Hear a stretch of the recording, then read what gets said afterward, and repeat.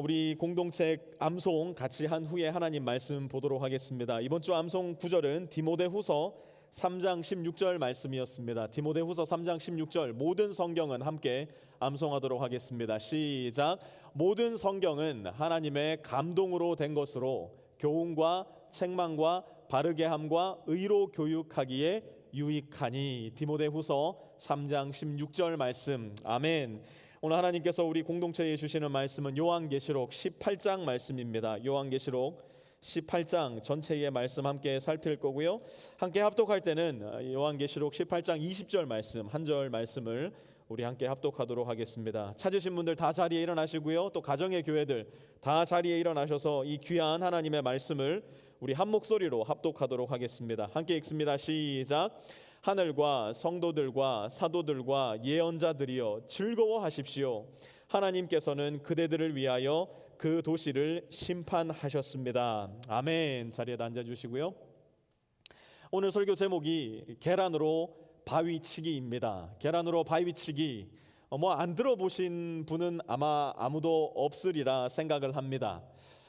임진왜란 당시에 이순신 장군께서 명량이라는 바닷가로 12척의 배를 이끌고 나가셨을 때 그에 맞서는 일본 군함의 숫자는 공식적인 기록은 아니지만 대다수의 사람들이 그렇게 생각하고 있는데요. 300여 척이 넘는 일본 군함을 명량이라는 바닷가에서 맞이하셨어야만 했습니다. 그야말로 계란으로 바위치기라고 하는 말이 딱 어울리는 그러한 형국이었다고 우리가 볼 수 있을 것 같아요. 3.1운동 당시에도 마찬가지죠. 민초들이 길거리로 쏟아져 나와서 대한독립 만세를 외칠 때 그 민초들이 맞서야 했던 적은 총칼을 가지고 있었던 군인들이었습니다. 이건 역시도 그야말로 계란으로 바위치기라는 말이 딱 어울리는 말이 아닌가 싶은 생각이 듭니다. 그런데 흥미롭게도 역사는 이렇게 계란으로 바위를 쳤을 때 무슨 일이 일어났다라고 기록을 하고 있습니까? 계란으로 바위를 쳤더니 모두가 생각했던 것처럼 계란이 퍼석하고 부서진 것이 아니라 오히려 바위가 부서져 버리는 기적 같은 일이 일어났다라고 역사는 기록을 하고 있습니다. 요한계시록 전체의 내용, 지금까지 살펴본 요한계시록의 내용도 가만히 생각해 보면 그야말로 계란으로 바위치기가 아닌가 싶은 생각이 듭니다. 왜 그러냐? 이 요한계시록을 기록한 사도 요한이라는 사람은 이 당시에 이미 늙을 대로 늙어버린 노인이었고, 더 나아가서 반모라는 섬에 유배되어 있는 아무런 힘도 영향력도 없는 아주 작은 한 사람에 불과했었기 때문입니다. 그런데 이 노인이 맞서서 지금 하나님의 말씀을 선언하고 있는, 선포하고 있는 대상은 누굽니까? 그야말로 바위처럼 견고한 바빌론으로 상징되어지는 로마 제국과 로마 제국 뒤에서 모든 악한 생각들과 영향력들을 끼쳐서 하나님으로부터 사람들을 갈라놓으려고 하는 사단이라는 세력이 자리하고 있었습니다. 그야말로 계란으로 바위치기를 하고 있는 사도 요한의 모습을 볼 수밖에 없는 것이죠. 그런데 흥미로운 사실은 무엇입니까? 지금까지 요한계시록을 함께 공부해온 우리는 이 사도와 그리스도인으로 비유할 수 있는 계란, 이 계란들이 공중 권세 잡은 자, 로마 제국으로 비유되는 사단에 맞서서 어떻게 삶을 살아가고 있는지, 어떻게 그들의 신앙을 하루하루 살아내고 있었는지를 잘 볼 수 있었어요. 더 나아가 계란과 바위가 만나 싸웠더니 어떤 일이 일어났더라라는 것을 요한계시록 말씀을 통해 우리는 지금까지 잘 배워왔습니다. 그렇기 때문에 이 요한계시록의 이야기를 들어 알고 또한 이 일을 이루어 나가실 하나님을 신뢰하는 저와 여러분은 이곳 프리스코에서, 또한 맥키니에서, 얼빙에서, 코펠에서, 저 포워스에서 하나님의 작은 계란이 되어서 이 세상이라는 바위를 향해 어떤 면에 있어서는 돌진해야 되는, 그야말로 아름답고도 가슴 떨리는 사명을 부여받은 사람들이라고 할 수 있을지도 모르겠어요. 계란과도 같이 연약한 저와 여러분이 과연 이 세상이라는 바위에 부딪혔을 때에 계란이라는 이 연약한 저와 여러분의 존재가 바위로 비유될 수 있는 이 세상이라는 존재의 정면으로 충돌했을 때에 과연 무슨 일이 일어날까?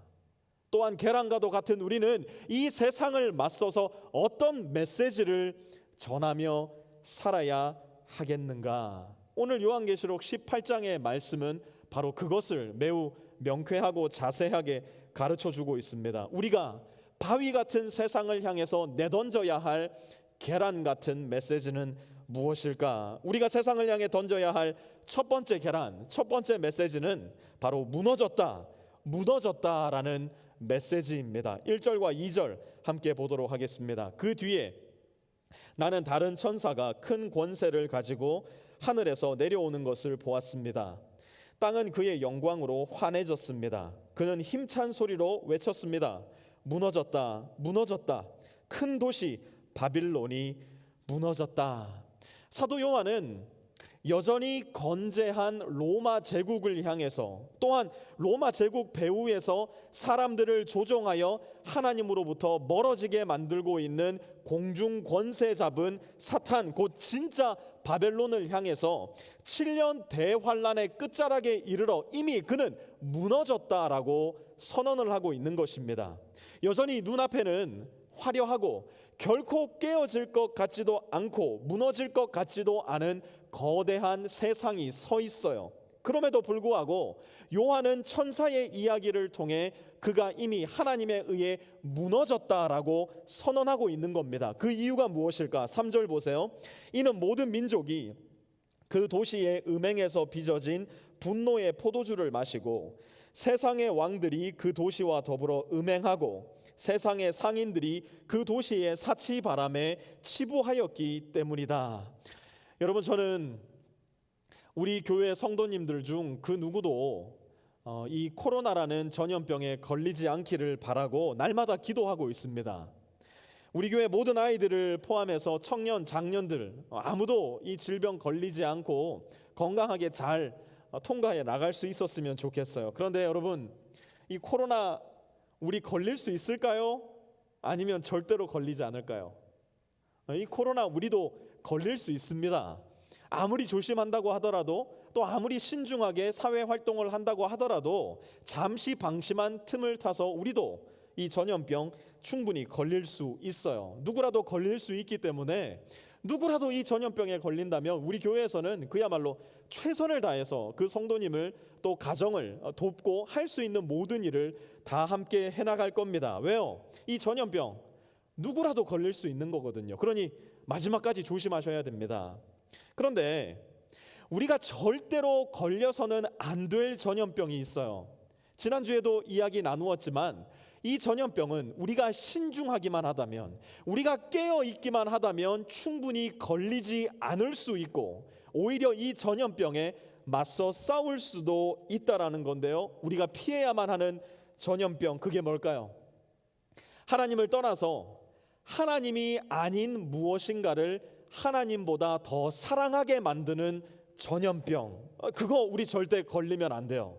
성경은 그 전염병을 구약 신약 성경을 통틀어 어떤 단어를 써서 표현한다고 얘기했느냐? 음행이라는 단어를 쓴다고 이야기했어요. 3절 다시 한번 보세요. 모든 민족이 그 도시의 음행에서 빚어진 분노의 포도주를 마셨대요. 무슨 말이에요? 하나님보다 하나님 아닌 것을 더 사랑하게 만드는 이 세상의 전염병에 모두 감염되어 버리고 만 거예요. 더 나아가 세상의 왕들이 그 도시와 더불어 음행했대요. 세상의 왕들은 누구를 가리키는 말일까요? 세상에 있는 여러 권력자들을 가리키는 말이에요. 또 이어서 보니까 그 도시가 사치 바람에 휘말렸대요. 지난주에도 우리가 말씀을 나누지 않았습니까? 모두가 하나님이 아니라 더 좋은 것, 더 화려한 것, 더 비싼 것, 나의 소유를 통해서 내가 얻어낼 수 있는 것에 정신이 팔려 있었더라는 이야기예요. 요한은 그 화려한 도시의 불빛 속에서 무엇을 보았습니까? 무너졌다, 무너졌다. 큰 도시 바빌론이 무너졌다. 인간의 생각과 정신, 마음을 지배하고 있는 하나님으로부터 우리를 갈라놓는 사탄의 최종 무너짐을 요한은 지금 선언하고 있는 것이에요. 이러한 화려한 세상 속에서 늙은 노 사도가 본 것, 이렇게 강하고 견고한 바위 같은 세상 속에서 노 사도와 같이 연약한 계란과도 같은 그 외침이 우리의 귀에는, 세상의 눈에는 너무나 연약해 보일지 모르겠으나 하나님의 말씀이기에, 하나님의 예언이기에 저와 여러분 역시도 이 노 사도와 같이 이 세상을 향해 이 계란을, 이 메시지를 던져 놓아야 한다는 겁니다. 무슨 메시지예요? 아무리 화려해 보일지라도, 아무리 멋들어져 보일지라도 무너졌다.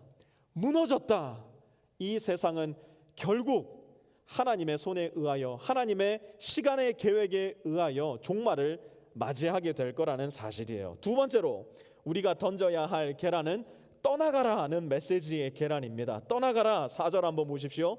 내 백성아, 그 도시에서 떠나가라. 그 화려한 도시, 곧 하나님으로부터 멀어지게 만드는 모든 문화와 사상과 과소비적인 소비 문화, 권력과 비틀린 성의 지배를 한시바삐 떠나가야 된다고 지금 사도 요한은 말하고 있는 겁니다. 그 이유가 무엇일까요? 4절 이어서 보십시오. 너희는 그 도시의 죄에 가담하지 말고. 첫 번째로 그 도시를 떠나야 하는 이유가 무엇인가를 보았더니요, 우리가 지난주에도 함께 공부하고 오늘도 반복적으로 이야기하고 있는 하나님을 멀리 떠나게 만드는 그 죄에 가담하지 않기 위해서는 우리는 필히 그 도시를 떠나가야 된다라는 겁니다. 만약 거기에 그대로 머물러 있다면 저와 여러분 역시도 그 도시가 만들어내고 그 도시가 전도하고 있는 하나님 아닌 다른 것에 우리의 마음을 빼앗길 수밖에 없다라는 겁니다. 어떻게 그걸 알 수 있습니까? 오늘날 저와 여러분의 모습을 보면 너무 잘 알 수 있는 모습 아니겠습니까? 우리가 그리스도인이라고 이야기하고 살아가지만 매 주일이 되면 똑같은 공간에 모여서 하나님을 말씀을 읽고 하나님을 찬양하고 있지만 과연 세상 속에서 저와 여러분은 정말 구별된 그리스도인으로서의 삶을 살아가고 있는 겁니까? 그리스도인이 아닌 사람들이 우리를 보았을 때에 우리 안에서 그야말로 빛을 발견할 수 있는 삶을 우리는 살아내고 있는 것입니까? 한 성도님께서 저를 찾아와서 눈물을 글썽이며 이런 말씀을 하셨어요. 오랫동안 같은 직장에서 일을 해왔는데 직장 동료들이 자기가 그리스도인이라는 것을 아는 사람이 거의 없다라는 거예요. 이게 아무렇지도 않았는데 갑자기 어느 순간부터는 마음이 두려워지기 시작하더래요.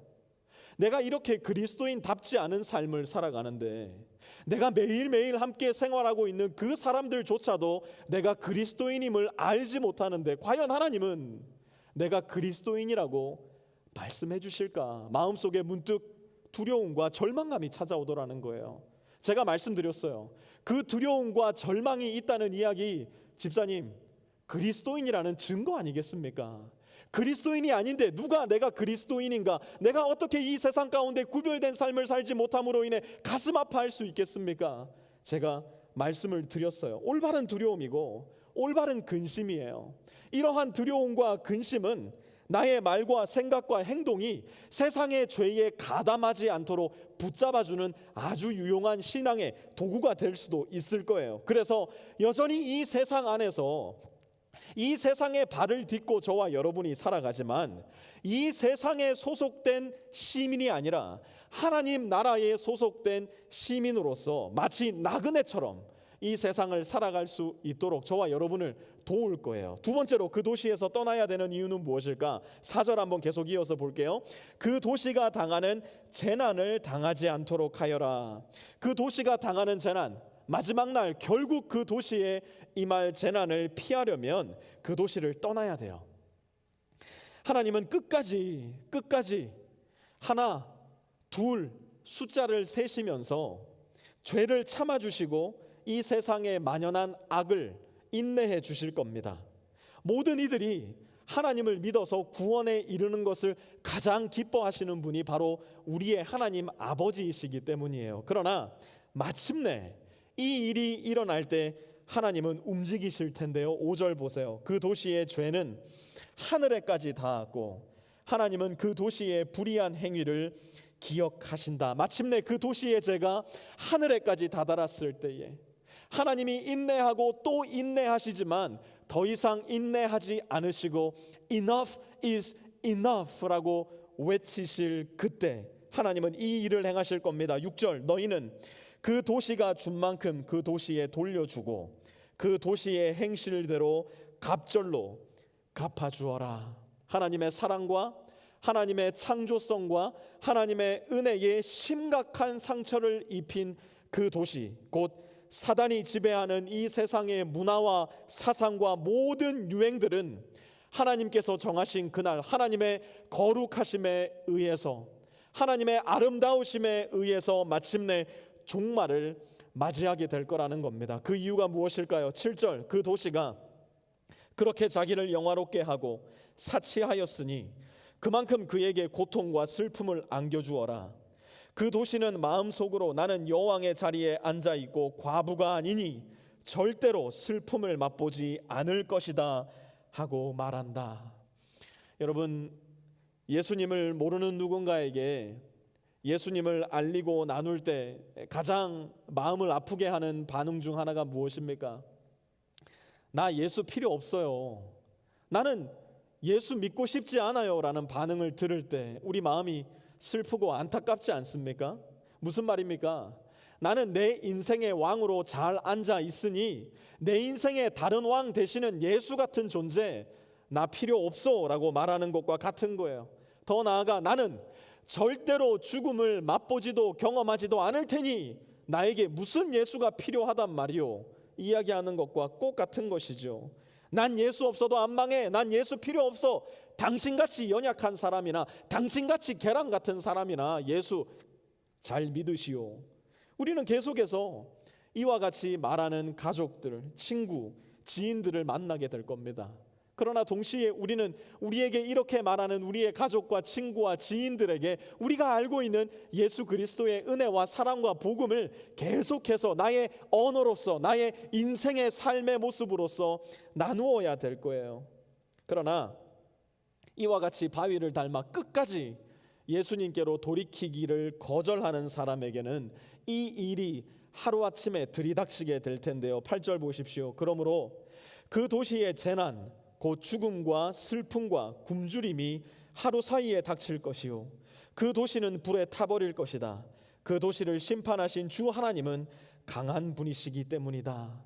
단단한 바위 같아 보였던 그 도시, 절대로 사라지지도 않고 망하지도 않을 것만 같았던 그 도시, 하나님을 멀리 떠나서 하나님이 아닌 그 무엇인가를 더 의지하고 결국 그들의 생각과 마음을 조종하는 공중권세 잡은 사단에게 그들의 마음을 내어주었던 사람들에게는 마침내 하나님의 심판이 임하게 된다는 사실을 우리는 오늘 말씀을 함께 공부하면서 우리 마음속에 잘 기억해야 될 거예요. 이것이 바로 우리가 오늘도 쉬지 않고 우리의 이웃들에게, 예수님을 모르는 사람들에게 우리의 언어와 삶으로서 복음을 나누어야 하는 중요한 이유이기도 합니다.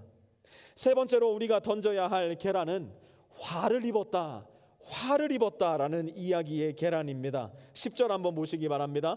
화를 입었다 큰 도시야, 이 강한 도시 바빌론아, 너에게 심판이 한순간에 닥쳤구나. 이어서 16절도 한번 보시겠어요? 화를 입었다 고운 모시옷과 자주색 옷과 빨간색 옷을 입고 금과 보석과 진주로 꾸민 도시야. 이어서 19절도 한번 보시죠. 화를 입었다 큰 도시야.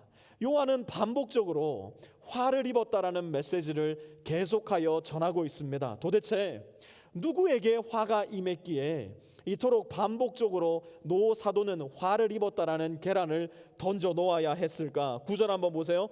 그 도시와 더불어 음행을 하고 방탕한 생활을 한 세상의 왕들. 먼저 하나님의 화를 입게 된 대상은 세상의 왕들, 곧 권력자들이에요.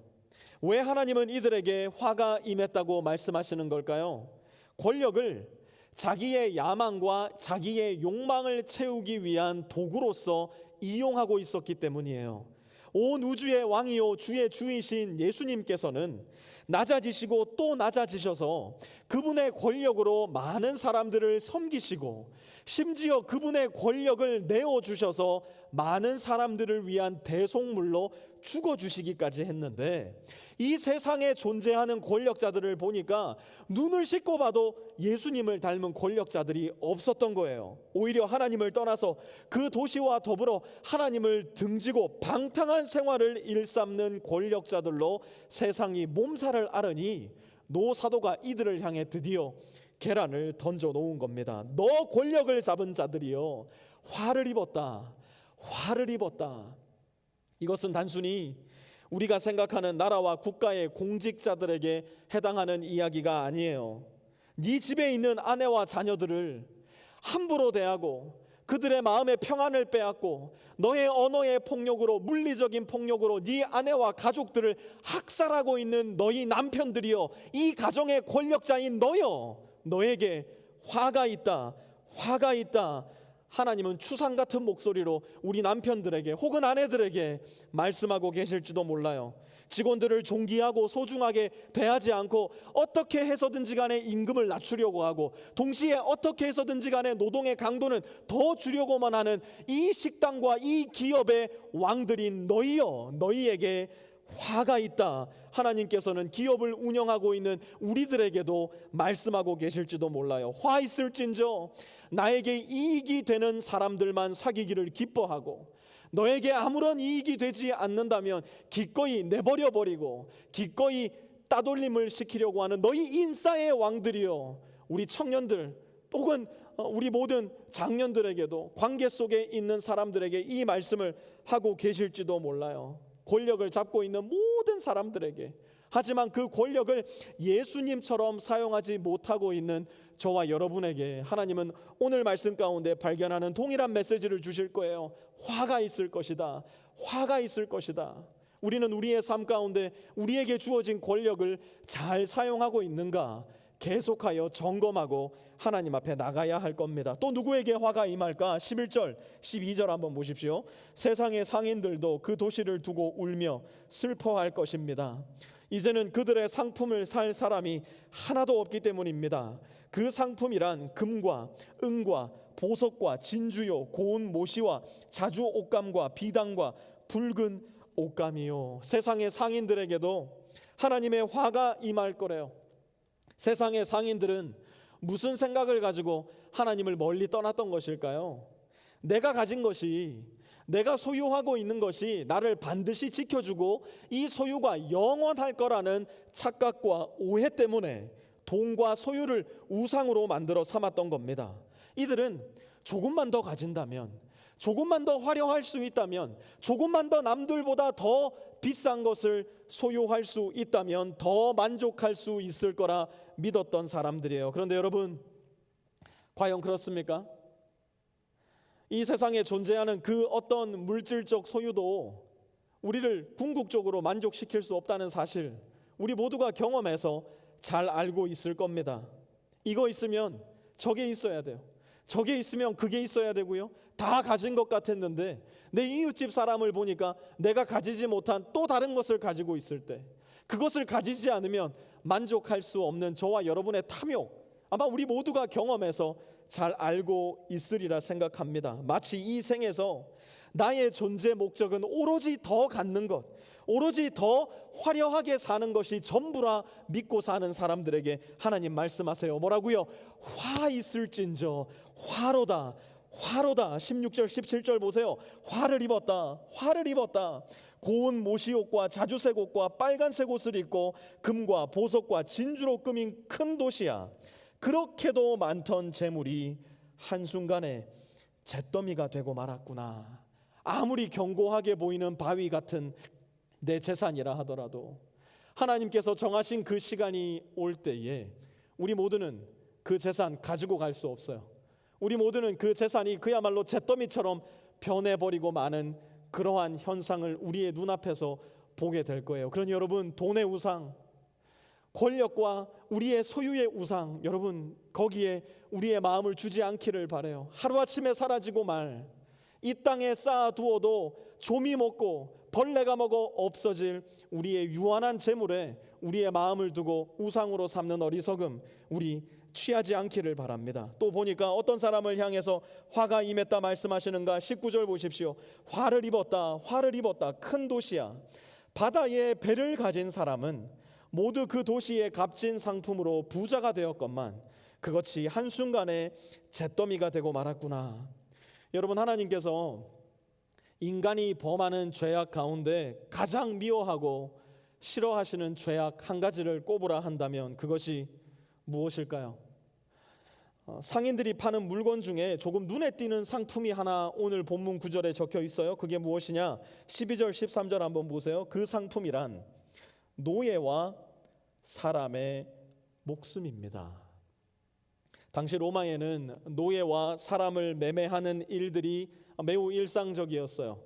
특히 아프리카 대륙을 정복한 이후 그곳에서부터 노예를 데려오기 위해서 무역상의 역할이 대단히 중요해지기 시작했었어요. 대륙 간 이동을 하는 데 있어서 가장 값싸고 빠른 교통수단은 바로 배였기 때문이었어요. 이들은 배를 이용해서 사람을 사고 파는 그 큰 도시 로마의 노예제도 그리고 노예를 사고 파는 무역상들이 만연하게 만들었던 장본인들이었어요. 더 나아가서 그 당시 로마에서는 권력자들이 어린 남자아이를 사들여 그를 성노예로 삼는 것이 마치 유행처럼 번지고 있었다라고 역사가들은 기록하고 있었어요. 당시 자신의 권력과 부를 이용해서 뒤틀린 성적 욕구를 충족시키려고 하는 이 악한 일을 돕는 무역상들을 향해서 하나님 말씀하시는 거예요. 뭐라고요? 화로다, 화로다, 너희에게 화가 임하였도다. 여러분, 지금 우리가 18장에서 살펴본 이러한 일들, 이것은 단순히 오래전 그 큰 도시 로마에서만 일어나고 있었던 일입니까? 우리가 지금 살고 있는 이곳 달라스는 어떻습니까? 우리의 대한민국 서울은 지금 어떤 모습으로 살아가고 있습니까? 우리가 18장에서 살펴본 이러한 죄악의 강도들이 더 강해지고 심해지면 심했지 결코 덜하다 할 수 없는 것이 우리의 현실입니다. 이러한 일들을 볼 때 또한 이러한 일들을 하나님께서 심판하시겠다라고 하는 이 메시지를 우리가 대하게 될 때 우리 마음속에 찾아드는 절망감, 두려움, 더 나아가 무력감이 존재하지는 않습니까? 하나님 도대체 언제까지입니까? 하나님 도대체 지금 뭐하고 계신 겁니까? 한탄의 목소리가, 절규의 목소리가 저와 여러분의 마음 가운데서 솟아나오고 있지는 않습니까? 더 나아가 계란같이 연약한 나 자신 한 사람이 저 세상의 단단한 바위를 쳐본다 한들 과연 이 세상이 무엇 달라지겠는가? 나같이 연약한 그리스도인 한 사람이 아무리 티를 내며 살아간다 한들 나와 함께 살아가는 예수를 믿지 않는 그 사람들이 어떤 변화를 맞이하게 될 것인가? 한 명의 그리스도인으로서 답답한 마음을 하나님께 털어놓게 될 때도 자주 있는 것 같아요. 그런데요, 이 어둡고 괴기스러운 분위기 속에 전혀 다른 분위기의 하나님의 메시지가 또 하나 들려오는데요. 한번 들어보세요. 20절 같이 한번 읽어보죠. 시작. 하늘과 성도들과 사도들과 예언자들이여 즐거워하십시오. 뭐라고 말씀하고 있습니까? 즐거워하십시오. Rejoice. 아니 지금 세상이 난리가 났는데 세상에 살고 있는 거의 대다수의 사람들에게 화가 임했다라고 하는데 도대체 무슨 즐거움이 있단 말인가? 무슨 기쁨이 있단 말인가? 반문이 나올 수밖에 없을 것 같아요. 그런데 오늘을 넘어서 내일을 볼 줄 알았던 노사도의 목소리를 한번 다시 들어보시기 바라요. 20절 이어서 보십시오. 하나님께서는 그대들을 위하여 그 도시를 심판하셨습니다. 하나님은 하나님을 의지하고 하나님을 믿는 연약한 계란과도 같은 우리를 보호하시기 위해서 그 도시들을 반드시 심판하실 거예요. 여러분, 도시는요, 또한 그 도시를 둘러싼 배후 세력은요, 우리가 그들에게 우리의 마음을 내어주지 않을 때, 그들의 라이프 스타일을 우리가 따라 살기로 작정하지 않고 그들의 길을 거부할 때 저와 여러분을 미워할 거예요. 당장 내일부터 한번 여러분의 삶 가운데 실험을 시작해 보시기 바라요. 직장 동료들에게, 가족과 친구들에게 나 이제부터 정말 예수 그리스도를 믿는 그리스도인답게 살아볼래요. 나의 모든 입술의 말, 내 모든 마음의 생각, 내 삶의 모든 한 걸음 한 걸음 정말 하나님께 부끄러움이 없는 삶을 살기로 결단합니다라고 여러분의 친구들에게, 직장 동료, 선후배들에게 말씀해 보세요. 그리고 예수님을 빼닮아서 예수님의 빛과 예수님의 말씀을 이 세상에 전하며 살겠습니다. 한번 결단해 보세요. 사람들은요, 여러분들에게서 즉각적으로 이질감을 느끼기 시작할 거예요. 여러분을 향해서 뒷담화를 시작할지도 몰라요. 수군수군하고 여러분들을 왕따시킬지도 모릅니다. 회사나 단체에서 그리스도인의 양심으로서 어떠한 결정을 내리게 될 때 여러분은 회사적인 차원에서, 여러분의 커리어 차원에서 불이익을 당하는 위험한 상황에 처하게 되실 수도 있을 거예요. 그런데 여러분, 사실 이것이 바로 우리 그리스도인들이 세상을 향해서 던져야 할 작은 파동이에요. 잔잔한 물에 계란을 하나 던져 놓는다고 생각해 보세요. 아주 작지만 거기에는 연약한 파동이 점점 퍼져나가는 모습을 우리는 볼 수 있을 거예요.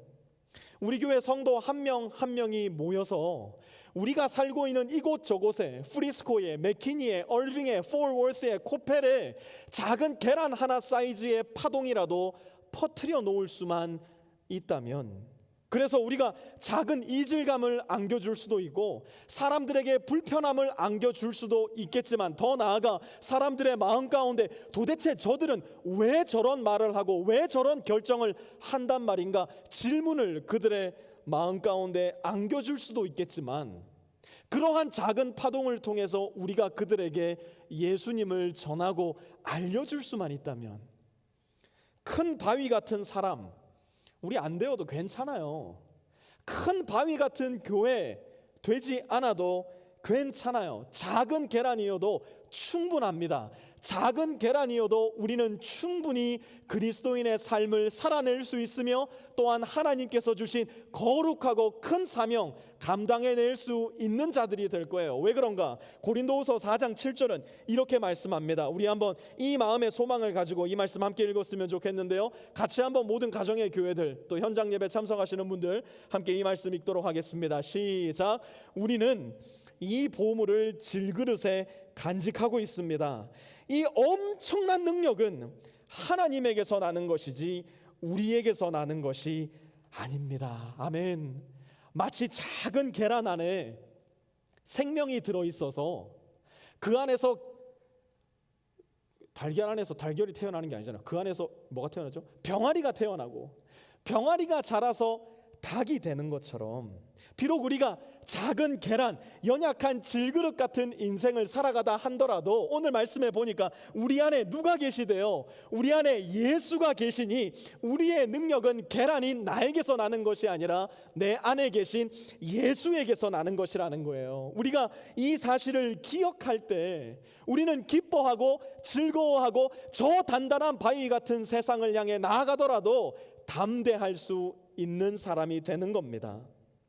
여러분, 제가 얼마 전부터 개를 키우게 됐다고 말씀드리지 않았습니까? 제가 개를 키우게 되면서 의외로 배우게 되는 게 많은 것 같아요. 개는요, 이 새로운 환경을 만나면 그 환경 가운데 있는 사람들을 대상으로 서열을 매긴다고 합니다. 개의 습성에 그런 습성이 있대요.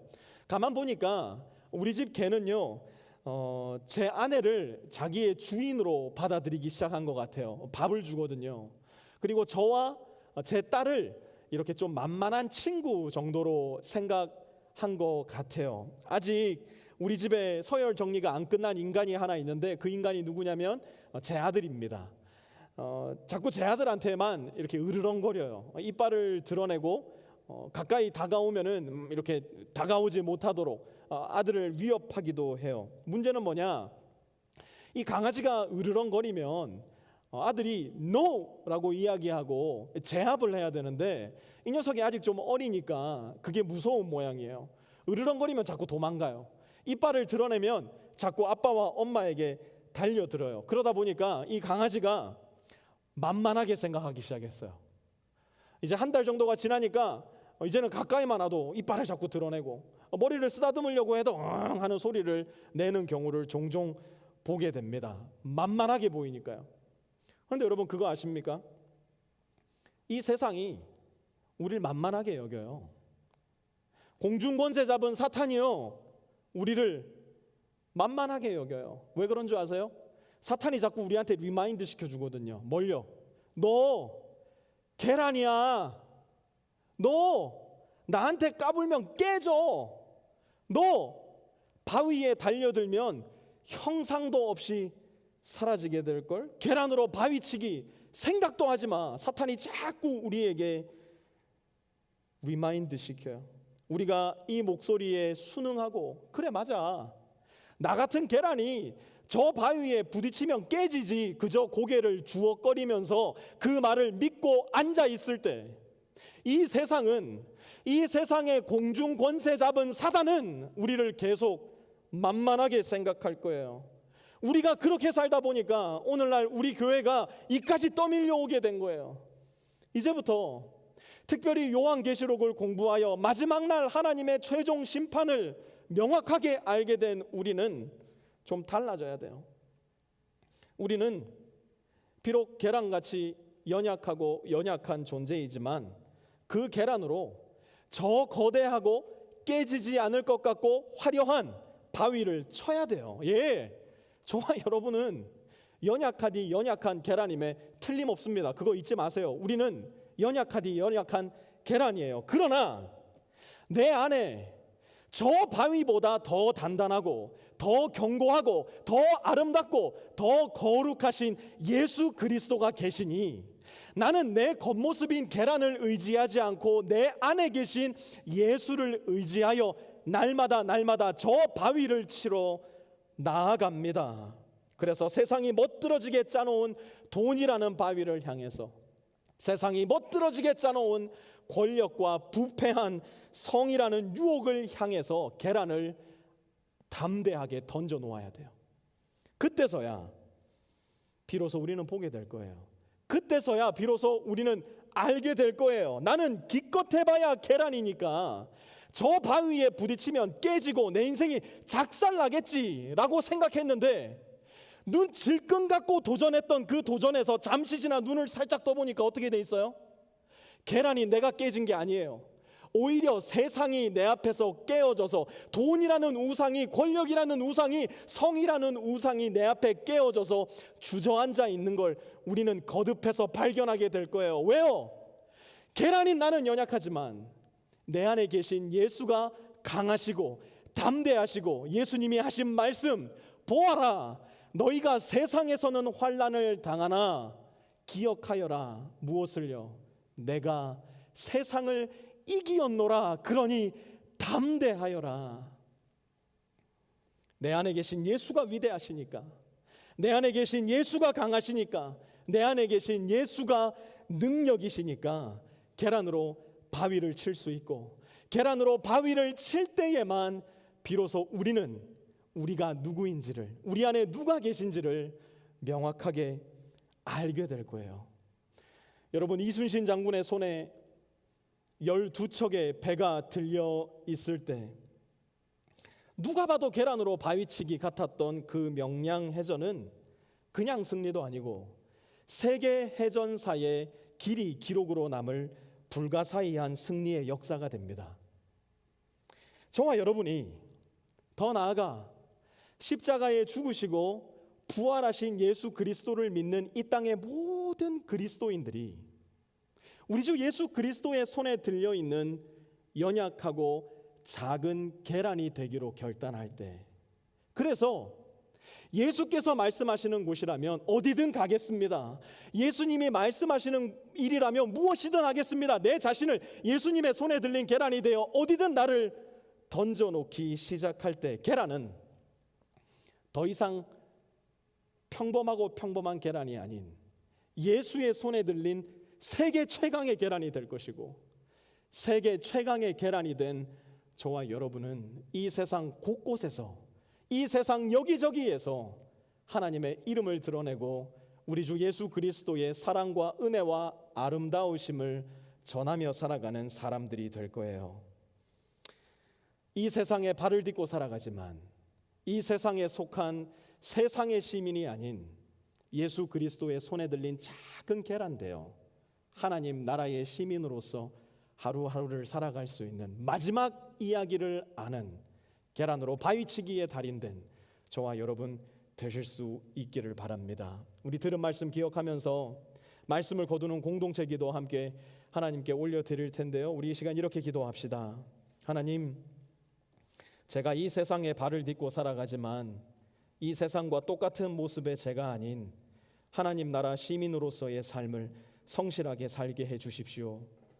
영원한 것을 위해서 영원하지 않은 것을 기꺼이 포기하며 살아가는 분별력과 자유가 제 안에 늘 충만하게 해 주십시오. 예수님의 손에 들린 연약한 계란 같은 인생 되어 예수님이 보내실 때 어디든 갈 수 있는 예수를 품은 능력의 계란 되게 해 주십시오. 우리 이 시간 말씀을 거두는 이 공동체 기도 함께 하나님께 올려드리겠습니다.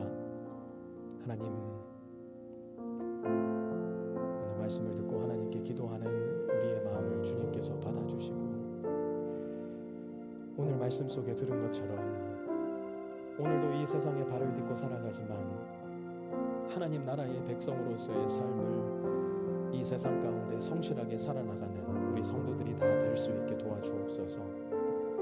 영원하지 않은 것을 목을 메고 그것을 구하는 우리가 아니라 영원한 것을 위해서 영원하지 않은 것을 기꺼이 포기할 수 있는, 언젠가는 썩고 종모고 없어질 돈도 권력도 비틀린 나의 욕망과 야망도 영원하신 하나님 나라의 영광과 하나님 아버지의 아름다우심을 위해 기꺼이 포기할 수 있는 우리가 되게 하여 주시옵소서. 더 나아가 이 세상을 살아갈 때 우리 주 예수 그리스도의 손에 들린 연약한 계란이 되어 살아가기를 원합니다. 나를 의지하지 않고 내 안에 계신 능력의 예수, 내 안에 계신 거룩하고 아름다우신 예수를 날마다 의지함으로 말미암아 우리의 가정을 향해서, 직장을 향해서, 학교를 향해서 내가 관계하고 있는 여러 사람들과의 모임 관계 속에서 주님께서 던져놓으시는 거룩하고 아름답고 능력 있는 계란으로 살아갈 수 있도록, 그렇게 날마다 계란으로 바위를 치며 이 세상을 이기며 예수 꼭 닮은 모습으로 살아가는 우리 빛의 성도들 되게 하여 주옵소서. 사랑의 하나님,